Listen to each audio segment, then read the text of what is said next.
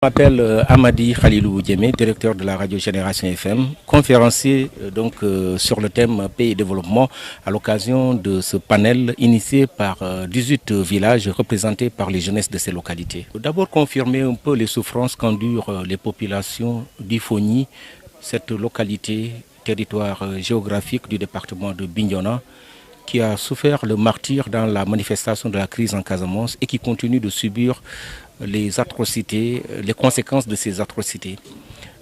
Cumuler les difficultés dans la zone, on peut citer l'absence de la précieuse électricité dans pratiquement tous les villages de la zone.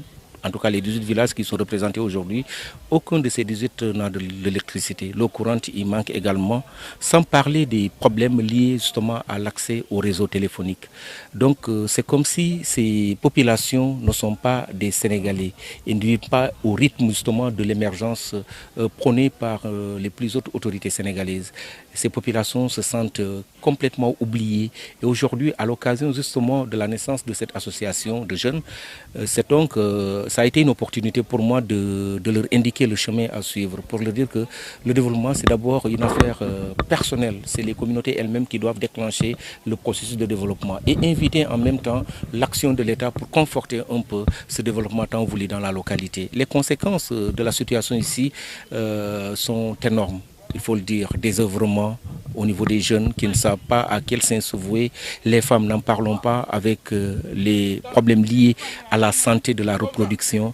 Les hommes qui sont pris d'assaut par la vieillesse qu'on peut qualifiés de prématurés. Donc c'est entre autres les souffrances qu'endurent les populations. Mais il y a une piste de solution qui s'ouvre avec le regroupement de ces jeunes. Aujourd'hui, faut-il l'apprécier positivement.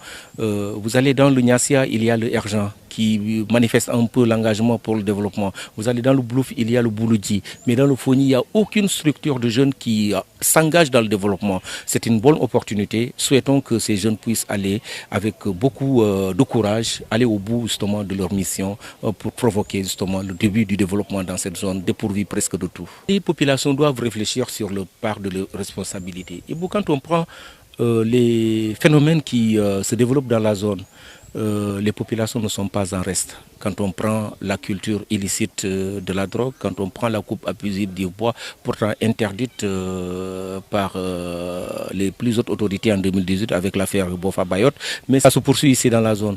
Qui est complice? Ce sont évidemment ces populations. C'est pourquoi c'est elles-mêmes qui doivent prendre conscience que nous devons revoir notre position par rapport à tout ce qui nous arrive et changer de posture pour provoquer le développement. L'État a ses engagements. L'État doit respecter ses engagements, mais d'abord c'est à nous de nous comporter pour attirer l'attention de l'État. Comme ça, l'État viendra en toute quiétude, pour justement prendre en charge nos préoccupations.